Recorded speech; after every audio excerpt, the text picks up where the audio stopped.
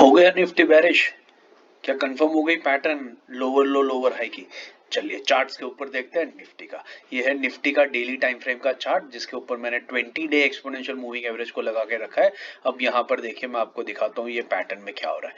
यहाँ से यहाँ तक आप देखिए, एक हायर हाई का लोअर हाई का पैटर्न निफ्टी बना रहा था। देखिए ये दूसरा हाई जो पहले हाई से काफी लो है, और ये कल के दिन में जो पैटर्न बनाया था वो एक तीसरा हाई जो पहले दो हाई से भी लो है। और आज की पैटर्न में, आज की कैंडल आप जो देख रहे हैं, इस कैंडल ने इसी कंटिन्यूएशन में नीचे जाना शुरू किया और कंफर्म कर रहा है कि ये लोअर लो का जो पैटर्न है वो आगे ही कंटिन्यू रहेगा।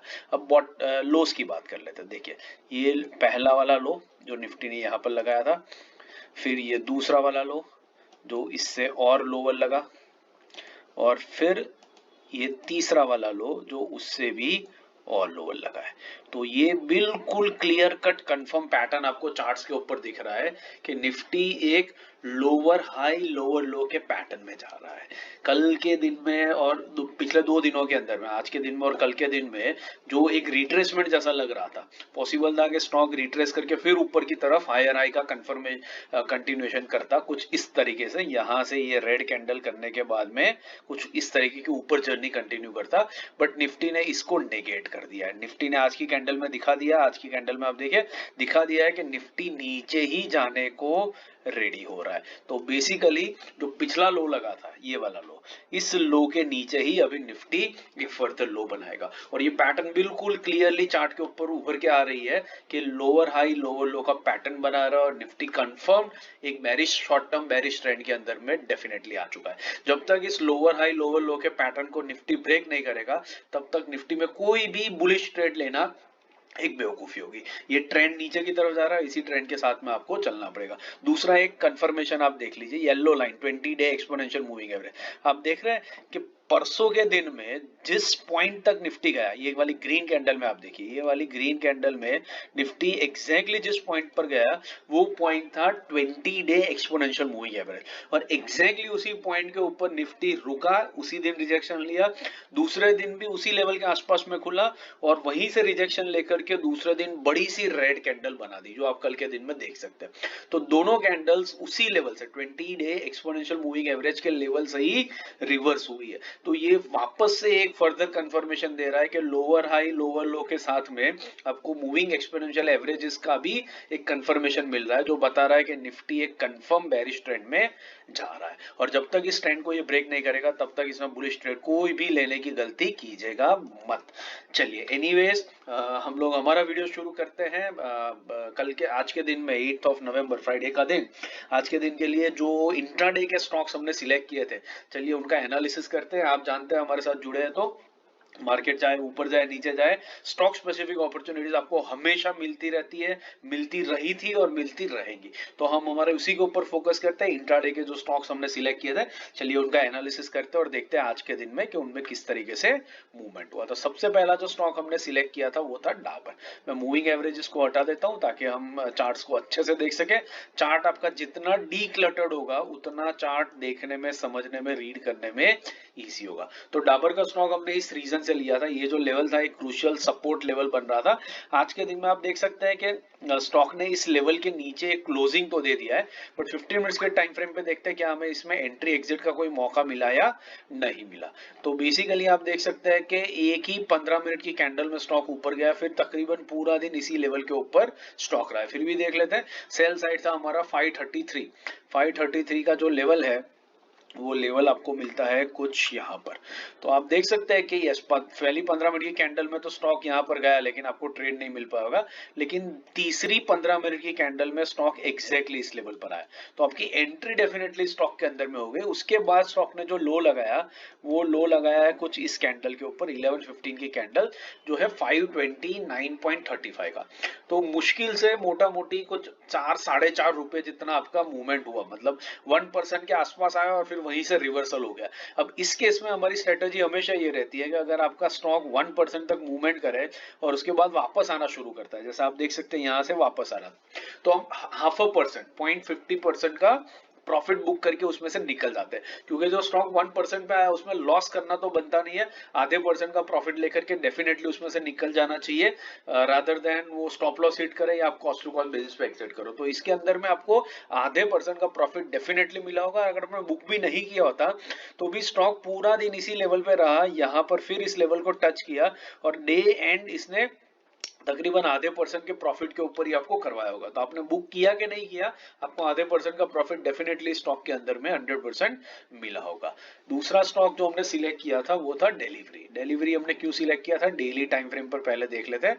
तो ये है डिलीवरी का डेली टाइम फ्रेम का चार्ट, और ये चार्ट को हमने इस रीजन से सिलेक्ट किया था क्योंकि ये जो लेवल है ये एक लॉन्ग टर्म सपोर्ट लेवल था स्टॉक का, और पिछले एक हफ्ते से स्टॉक एग्जैक्टली इसी लेवल पर आकर के कंसोलिडेट कर रहा था। अब आज के दिन में आप देख सकते हैं कि इस लेवल के नीचे बहुत बढ़िया ब्रेकआउट दे दिया है।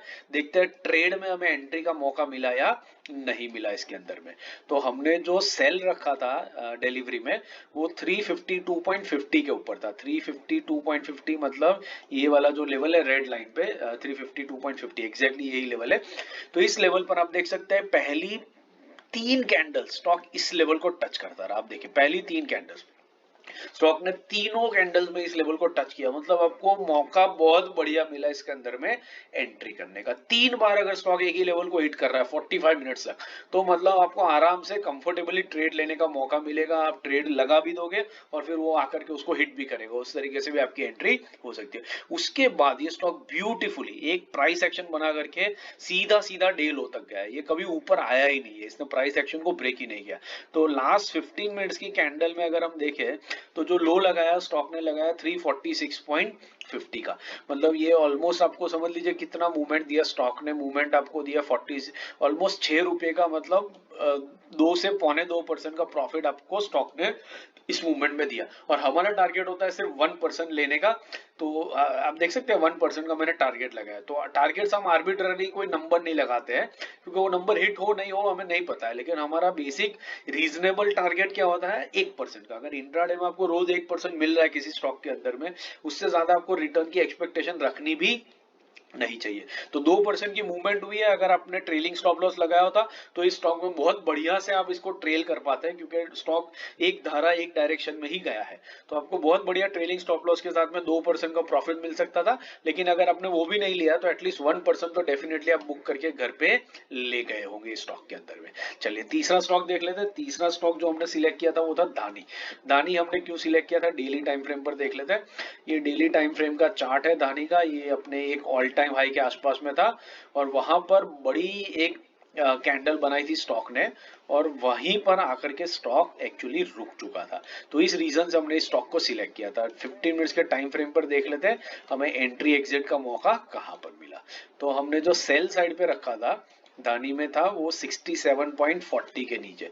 तो 67.40 का जो लेवल है वो लेवल आपको मिलेगा कुछ यहाँ पर, 67.40। तो आप देख सकते हैं यहाँ पर भी शुरू की पहली 3-15 मिनट की कैंडल्स में आपको स्टॉक ने इस लेवल पर एंट्री का मौका दिया और इसी तरीके से एंट्री होती है। और उसके बाद स्टॉक तकरीबन पूरा टाइम वन डायरेक्शनल इस लेवल तक गया है। तो ये जो लेवल है वो 64.73 का बनता है। मतलब आप समझ लीजिए अंदाजन स्टॉक ने आपको 3.5 से 4 रुपए का मूवमेंट दिया है, और 3.5 से 4 रुपए का मूवमेंट इस स्टॉक के अंदर में ऑलमोस्ट बन जाता है 5 या 6% का मूवमेंट।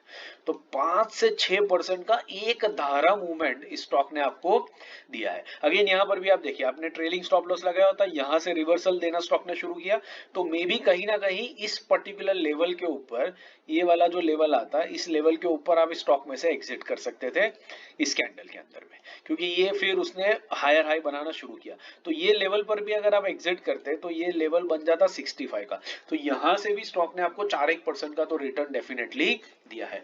तो आराम से 5-6% की जो मूवमेंट हुई उसमें से आपने 1-2-3% आराम से निकालेंगे और बहुत बढ़िया प्रॉफिट आपको इस स्टॉक के अंदर में मिला होगा। तो हमारे दोनों स्टॉक्स मतलब इनफैक्ट डिलीवरी एंड दानी में बहुत बढ़िया रिटर्न मिले, डाबर में भी हमको आधे % का रिटर्न मिला। आशा करता हूं जिन लोगों ने ये ट्रेड लिया होगा उनको ये फायदा हुआ होगा, और अगर आपने ट्रेड लिया आपको फायदा हुआ तो कमेंट बॉक्स में जरूर से मेंशन कीजिए और हमें बताइए कि आपने किस स्टॉक में कितना पैसा बनाया। आशा करता हूं ये एनालिसिस आपको समझ में आ रहा है और पसंद आ रहा है।